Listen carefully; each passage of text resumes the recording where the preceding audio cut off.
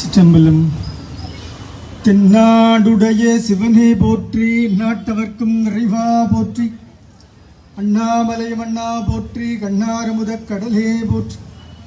எல்லாம் அல்ல இறைவனுடைய நல்லவர்களை முன்னிட்டு வந்திருக்கிற அத்தனை சகோதர சகோதரிகளுக்கும், ஊடகங்கள், காவல்துறை அன்பர்கள், பல்வேறு அரசியல் கட்சிகளை சார்ந்திருக்கிற சகோதரர்கள், ஜனநாயக சக்திகள், மதச்சார்பின்மையை தூக்கி பிடிக்கக்கூடிய அத்தனை ஆதரவாளர்களுக்கும், மயிலாடுதுறை வர்த்தக அன்பர்களுக்கும் என்னுடைய அன்பான காலை வணக்கங்களை தெரிவித்துக் கொண்டு, ஒரு கோரிக்கையை முன்னிட்டு நாம் இங்கே கூடியிருக்கிறோம். உங்கள் எல்லோருக்கும் நன்றாக தெரியும். முன்னும் பேசின அத்தனை தலைவர்களும் பெரியவர்களும் அவர்களுடைய நியாயமான கருத்துக்களை எடுத்து முன்வைத்திருக்கிறார்கள். முன்னும் மிக அழகான ஒரு உரையை நிகழ்த்தி எஸ்டிபிஐ கட்சியினுடைய மாநில செயலாளர் அவர்கள் நாம் நிற்கக்கூடிய இந்த புள்ளி எப்படிப்பட்ட புள்ளி என்பதை சொன்னார்கள். இருபுறமும் இருக்கக்கூடிய இந்த இடத்தை ஒரு தீர்ப்பை உச்சநீதிமன்றமும் உயர்நீதிமன்றமும் வாசித்துவிட்டு அது விமர்சனத்துக்கு உள்ளாகும் என்று தெரிந்த பிறகும் கூட யாரும் இந்த தீர்ப்பை விமர்சிக்க கூடாது. அப்படி விமர்சித்தால் உங்கள் மீது வழக்கு பாதி, உங்களை நாங்கள் சிறைச்சாலையில் அடைப்போம் என்று சொல்லுகிறார்கள். நீங்கள் எவ்வளவுதான் சொன்னாலும் அநியாயமான ஒரு தீர்ப்பு என்றால் அதை எதிர்த்து நாங்கள் கலங்காம்போம் என்று ஜெயிலுக்கு முன்னாடியே ஒரு கூட்டம் கூடியிருக்கிறது என்றால் இந்த கூட்டத்தினுடைய துணிச்சலை முதற்கு நான் பாராட்டுகிறேன். அதிலையும் தாய்மார்கள் ஒரு வரிசையில் வந்து முன்னால் நின்று இந்த கூட்டம் முடியும் வரைக்கும் நாங்கள் இங்கிருந்து கலைய மாட்டோம், நன்றியுரை முடியும் வரை நாங்கள் அமர்வோம் என்று அமர்ந்திருக்கிறார்கள். அந்த சகோதரர்கள் வெயில் அடிக்கிறது, சாமியாருக்கு குடை பிடிக்கலாம் என்று சொல்லி குடையை பிடித்தார். குடை பிடிப்பதற்காக வந்தவன் அல்ல, பல்லக்கு சுமப்பார்கள் என்று வந்தவன் அல்ல, அதற்கு வேறு ஆள் இருக்கிறார். நான் உங்களோடு வெயிலையும் மழையிலையும் நிற்பதற்காக வந்தேன். மதுரையிலே எஸ்டிபிஐ ஆர்ப்பாட்டம் ஒன்று நடந்த போது சரியான மழை, மழை பெய்திருக்கிறது. இது போல ஒரு மேடையிலிருந்து நாங்கள் எல்லாம் இறங்கி அங்கே பக்கத்தில் இருக்கிற பெட்ரோல் பங்க் போயிட்டு அங்கிருந்து சகோதரர் ஒருத்தர் என் காதில் படுற மாதிரி சொன்னார், சாமியார்கிட்ட சொல்லி மந்திரம் போட்டு மழையை நிப்பாட்ட சொல்லுங்க அப்படின்னு. சாமியாருக்கு தெரிந்த மந்திரம் மழையை நிப்பாட்டுவதல்ல, எவ்வளவு பெரிய இக்கட்டான சூழல் வந்தாலும் இந்த ஜனநாயக குரல் என்பது ஓயாது ஒலிக்கும் என்பதுதான் என்னுடைய மந்திர சொல். மந்திரம் போட்டு மழையை நிப்பாட்டுவது அல்ல என்பதை தெரிவித்துக் கொண்டு, இந்த பக்கம் இருக்கிற ஃப்ளெக்ஸ் போர்டு நம்முடைய செயலாளர் அவர்களுக்கு தெரிந்திருக்கிறது. இதிலிருந்து எனக்கு இன்னொன்றும் தெரியுது, நல்லா சொல்லி பாருங்க. இபிஎஸ், ஓபிஎஸ், ஜிஆர்எஸ், ஆர்எஸ்எஸ் சரியா வருதா? இப்போ இதெல்லாம் ஒன்று போல இருக்குதுன்னு நமக்கு இறைவன் உணர்த்தினான். ஓபிஎஸ், இபிஎஸ், ஜிஆர்எஸ், ஆர்எஸ்எஸ். நேற்று பாராளுமன்றத்தில் இது பேசும்போது தான் பிரச்சனையை கிளம்பிச்சு. நீங்கள் எப்படி அவரை விமர்சிக்கலாம்? ஆக இன்றைக்கு ஒரு பதவியில் இருப்பவர்கள் தான் எந்த இடத்தில் இருக்கிறோம் என்பது தெரியாமல் அவருடைய வேலையை செய்து கொண்டிருக்கிறார்கள். ஒருவேளை எனக்கு நீதிபதிக்கான ஒரு வாய்ப்பு கிடைத்து நான் படித்து அந்த இடத்திற்கு போனேன் என்று சொன்னால், முதலில் நான் இருக்கையில் அமரும் முன்னால் என்னிடம் இருக்கக்கூடிய சமய சின்னங்களை அழித்து விட்டு நான் அங்கு உட்காருவேன். அதுதான் அந்த இடத்துக்கு அழகு. சொன்னார்கள், தீர்ப்பு வழங்கும் போது நியாயத்தை கொண்டு தீர்ப்பு வழங்க வேண்டும், திருக்குறான் சொல்லுது. அதுக்கு தான் நியாய தீர்ப்புன்னு பேர். அப்புறம் ஏன் நம்ம இன்னைக்கு டிசம்பர் 6 கூடியிருக்கிறோம்? அநியாய தீர்ப்பை எதிர்த்து கூடியிருக்கிறோம். 33 ஆண்டுகள் மிகப்பெரிய ஒரு தவறு நடந்திருக்கிறது, எல்லாருக்கும் நல்லா தெரியும். அங்க இருந்த பாபரி மசூதி இப்ப இல்லை, இடிக்கப்பட்டது. குற்றவாளிகள் யார் என்பது குறித்தான மிகப்பெரிய ஒரு பட்டியலே இருக்கிறது. இது 33வது ஆண்டு. குற்றவாளிகள் என்று ஒரு 34 பேர் பட்டியல் இருக்கு. அந்த 34 பேருக்கும் சரியான ஆதாரம் இல்லைன்னு கோர்ட்டு விடுவிக்குது. கேள்வி என்னன்னா, தவறு ஒன்று நடந்திருக்கிறது, யாரும் குற்றவாளி இல்லைன்னா பாபரே வந்து அந்த மசூதி இடிச்சுக்கிட்டாரான்னு சொல்லணும் இந்த நாடு. பாபரே அந்த மசூதி இடிச்சுக்கிட்டாரா? எப்படிப்பட்ட நாட்டில் நாம் இருந்து கொண்டிருக்கிறோம் யோசிக்கணும். நேற்றுக்கு ஒரு யூடியூப் வீடியோ பார்க்குறேன். பாரதிய ஜனதாவினுடைய முன்னாள் தலைவர் திரு அண்ணாமலை அவர்கள் ஒரு வீடியோவில் பேசுகிறார். எல்லாரும் ராமர் கோயிலை கட்டிட்டாங்க, இதனால என்ன புரோஜனம் சொல்லுறீங்களே, அதனுடைய புரோஜனத்தை சொல்கிறேன் கேளுங்கள் அப்படின்னு ஒரு பட்டியல் கொடுக்கிறார். அந்த பட்டியலில் கூட மக்காவுக்கு மக்கள் கூட்டம் கூட்டமாக போகிறாங்க, அங்கே இத்தனை கோடி வருமானம் வருது, இத்தனை மில்லியன் வருமானம் வருது. எருசலேமுக்கு போறாங்க, பெத்லகேம்லாம் போறாங்க, அங்கே வாட்டிகனுக்கு போறாங்க, அங்கே இத்தனை கோடி வருமானம் வருது. அதுபோல நம்முடைய திருப்பதிக்கு வருமானம் வருகிறது. ஏன் இன்றைக்கு கட்டப்பட்டிருக்கிற இந்த ராமர் கோயிலை நோக்கி மக்கள் சாரையாக வருகிறார்கள். கிட்டத்தட்ட 4 லட்சம் கோடி வருமானம் அந்த இடத்துக்கு வருகிறது என்று சொல்லி ஒரு பட்டியலை வாசிக்கிறது. இவருடைய பட்டியலில் பூரா என்ன வருமானம் வருகிறது என்பதுதான் அவருடைய நோக்கமாக இருக்கிறதே தவிர எவ்வளவு பெரிய அமைதியை இந்த நாடு இழந்திருக்கிறது, எவ்வளவு பெரிய ஒரு ஜனநாயகத்துக்கு எதிரான ஒரு போராட்டம் இங்கே நடந்து கொண்டிருக்கிறது, எவ்வளவு பெரிய ஜனநாயகத்தை காப்பாற்ற வேண்டும் என்பதற்கான போராட்டம் இங்கே நடந்து கொண்டிருக்கிறது. இது அவருடைய பார்வையில் இல்லை. மதச்சார்பின்மையை பாதுகாக்க வேண்டும் என்பதற்காக எத்தனை லட்சம் கோடி செலவு செய்யப்படுகிறது. இன்றைக்கு பாருங்க, நேற்று இரவுல இருந்து இன்னைக்கு இரவு நாளை வரைக்கும் பல்வேறு பள்ளிவாசல்கள், பொது இடங்கள், கோயில்கள் முன்னால காவல்துறை, ராணுவம் பாதுகாப்புக்கு நிக்குதா இல்லையா? 33 ஆண்டு காலம் இந்த பாதுகாப்பை கொடுக்கணும்னா எவ்வளவு செலவாகும்? ஊடகங்கள் எவ்வளவு செலவு செய்யும்? ஒவ்வொரு நிறுவனமும் எவ்வளவு செலவு செய்ய வேண்டும்? எந்த அளவுக்கு அமைதியின்மை இங்கு நிலவுகிறது என்பதை பார்க்க வேண்டும். மட்டுமல்லாமல் திருப்பரங்குன்றம் இஷ்யூ இன்னைக்கு பெரிய ஒரு அளவில் இருக்காது. நாம் இங்கிருந்து பேசாமல் போனால் பாபர் மசூதி இடிக்கப்பட்டதனுடைய நியாயம் கேட்ட இடத்தில் ஒரு முக்கியமான நியாயத்தை நாம் கேட்காமல் போனோம் என்று ஒரு குறை வரும். அதனால நாம் சொல்ல வேண்டியிருக்கிறது, ஐயா சொன்னது போல கார்த்திகை அன்றைக்கு தமிழ்நாடு அரசு அப்படி ஒரு நடவடிக்கை எடுக்கவில்லை என்று சொன்னால் இன்றைக்கு எப்படி டிசம்பர் 6 ஒரு போராட்ட களமாக மாறி இருக்கிறதோ அதுபோல டிசம்பர் 3ஆம் தேதியும் ஒரு போராட்ட களம் இங்கே உருவாகியிருக்கும். அதை தமிழ்நாடு அரசு மிக சாதுரியமாக கையாண்டது என்று நான் சொல்றேன். இன்றைக்கு கோர்ட் அவமதிப்பு என்று சொல்லி நீதிபதி கொக்கரிக்கிறார். இப்போ அவருடைய கையில் அந்த அதிகாரம் இருக்கிறது. அதே அதிகாரம் 3ஆம் தேதி மாலை சொல்லப்போனால் இரவு வரைக்கும் தமிழ்நாடு அரசினுடைய கையில் இருந்தது.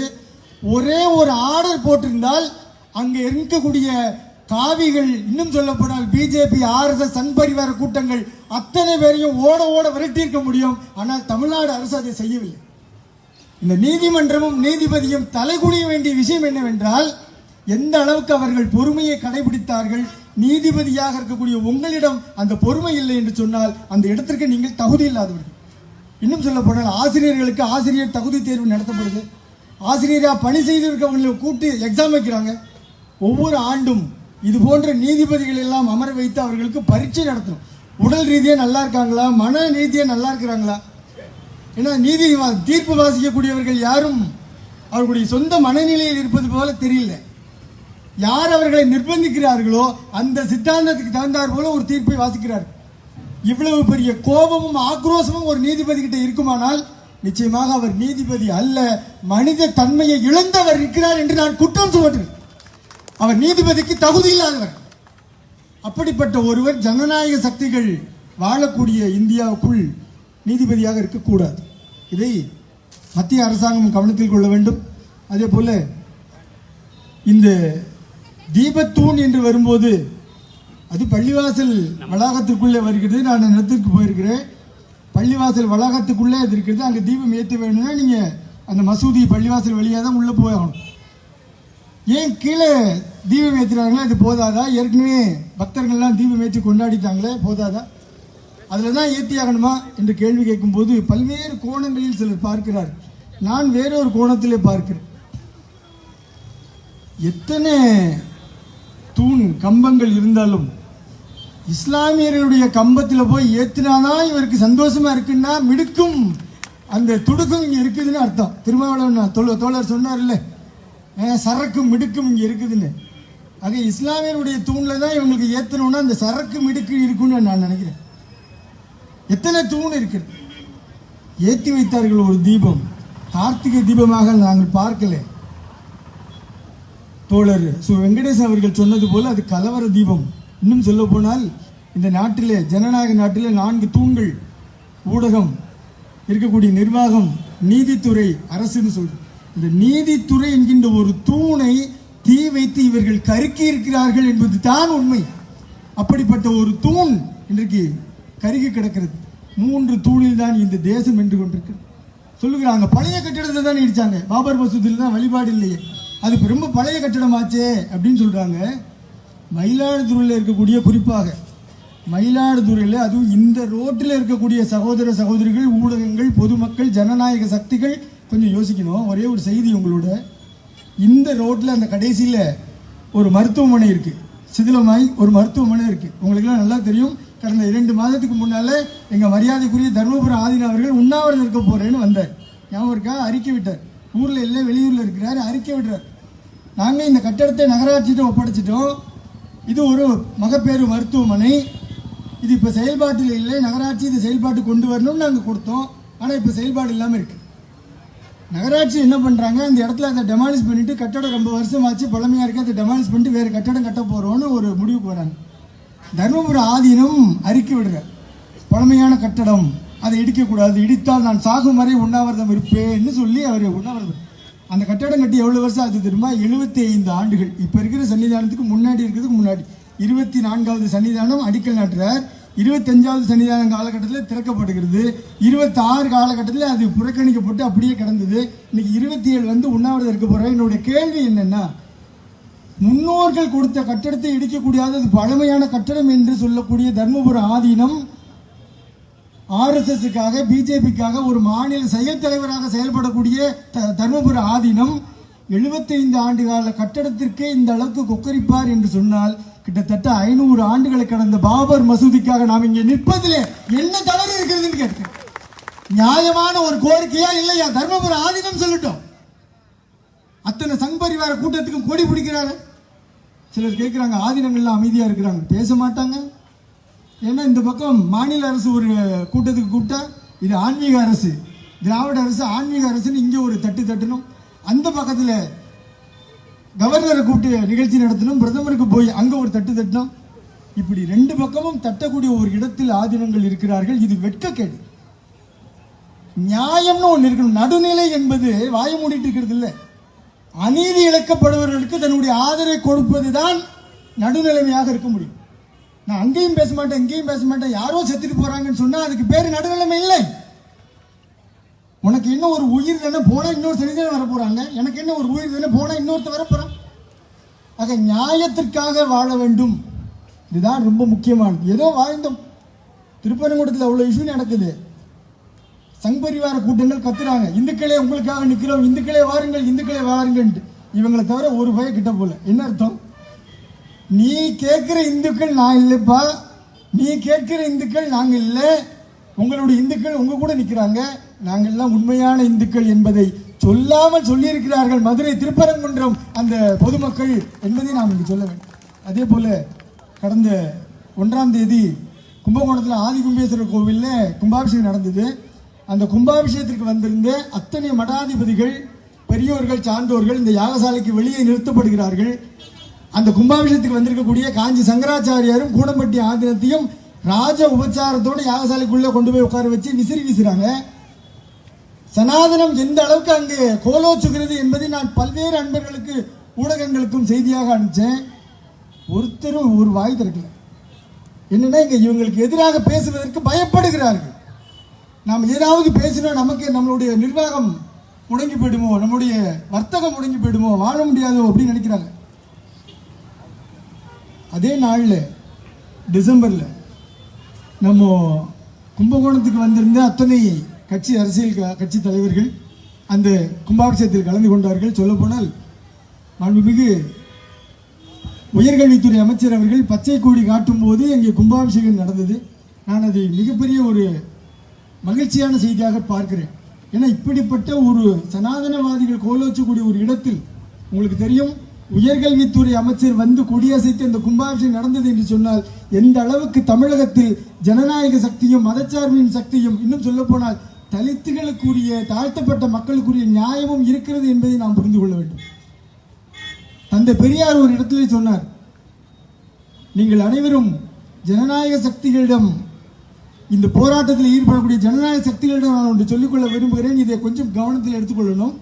தந்தை பெரியார் ஒரு இடத்திலே சொல்லி காட்டுகிறார், இந்த சனாதனவாதிகளுக்கு எதிராக போராடக்கூடிய நீங்கள் குறைந்தபட்சம் 6 அங்குலத்துக்கு குறையாத ஒரு கத்தியை கையிலே வைத்துக் கொள்ளுங்கள். எதற்காக இந்த கத்தி என்றால், நீங்கள் பிறரை தாக்குவதற்காக என்று சொல்லவில்லை. இந்த சனாதன கும்பலிடமிருந்து ஆதிக்க சக்திகளிடமிருந்து தாழ்த்தப்பட்ட மக்களை பாதுகாக்க வேண்டும், சிறுபான்மையினரை பாதுகாக்க வேண்டும் என்று சொன்னால் உங்கள் கையில் ஒரு ஆயுதத்தை வைத்துக் கொள்ளுங்கள் என்று தந்தை பெரியார் ஒரு இடத்திலே சொல்லி காட்டுகிறார். ஒரு இடத்தில் வந்து அவர் பேசுகிறார், மகாத்மா காந்தியை அவர் விமர்சிக்கிறார். பல இடத்தில் ஒரு இடத்துல மகாத்மா காந்தி குறித்து அவர் பேசும்போது, இந்துக்கள் இங்கு வாழக்கூடிய இஸ்லாமியருக்கு மிக அதிகமான கொடுமைகளை இழைத்து விட்டோம் என்று மகாத்மா சொன்னார். அதற்காக நான் அவருக்கு ஆதரவு தெரிவிக்கிறேன் என்று அவர் இறந்த போது சொன்னார். இந்த கும்பகோணத்தில் பாரதிய ஜனதா கட்சியினுடைய மாநில தலைவர் நயினா நாகேந்திரன் அவர்கள் வந்திருந்தார். கட்சி அளவில் ஒரு பெரிய மாநாடு நடந்தது. உங்களுக்கு தெரியும், எல்லா பிரிவு அணிகளையும் கூட்டி ஒரு மாநாடு நடந்தது. என்ன அணி? விவசாய அணி, நுண்ணறிவு, புலவர்கள், கவிஞர்கள், வர்த்தக அணி, இளைஞர் அணி, இப்படி எல்லா அணிகளையும் வச்சிருக்கேன். நான் பாரதிய ஜனதாவுக்கு பணிவோடு ஒரு கோரிக்கை வைக்கிறேன். இனிமேல் அணிகளுக்கான ஒரு கூட்டம் நடத்தும் போது நீதிபதிகள் அணி என்ற ஒரு அணியை நீங்கள் வைத்துக் கொள்வது சரியாக இருக்கும் என்று நினைக்கிறேன். ஆமாம், ஒரு வகையில் மற்ற இந்த கட்சிக்கு நீதிபதி கூட்டம்லாம் கிடையாது. இருக்கிற கூட்டத்தில் அதிகமான நீதிபதி கூட்டம் உங்கள்கிட்ட தான் இருக்குது. அடுத்த கூட்டம் நடத்தும் போது நீதிபதிகள் அணி என்ற ஒரு அணியை ஏற்படுத்திக் கொள்ளுங்கள். இந்த ஜனநாயக சக்தி உங்களை செருப்பால் அடித்து விரட்டக்கூடிய நாள் மிக விரைவில் வரும் என்பதை சொல்லிக்கொண்டு, இந்த பாபரி மசீது இடிக்கப்பட்ட அநியாயத்துக்கு எதிராக கூடியிருக்கிற இந்த கூட்டம், நியாயம் கேட்டு கூடியிருக்கிற இந்த கூட்டம் எப்படி இந்த கட்டடத்துக்கு வயசானதோ அதுபோல ராமர் கோவிலுக்கு வயசாக வேண்டும் என்ற அவசியம் இல்லை. இந்த நியாயம், நம்முடைய நீதி சரியாக பழுக்கும் போது நிச்சயம் அந்த கட்டடம் தரைமட்டமாகும். அந்த இடத்தில் நான் நினைப்பது போல ஜனநாயக சக்திகள், மதச்சார்பற்ற சக்திகள் ஓங்கி நிற்பார்கள். இதே கொடி அங்கே பறக்கும் என்பதை சொல்லிக்கொண்டு வாய்ப்பளித்த உங்கள் அனைவருக்கும் நன்றி பாராட்டி, எல்லோருக்கும் சகல செல்வ யோகமிக்கு பெருவாள் சித்திக்க எல்லாமல்ல இறைவனை பிரார்த்தித்தவனாக வாய்ப்புக்கு மீண்டும் நன்றி கூறி அமைகின்றேன். வணக்கம். முருகன். தவத்திரு திருவடிக்குடில் அடிகளார் அவர்களுக்கு நன்றி.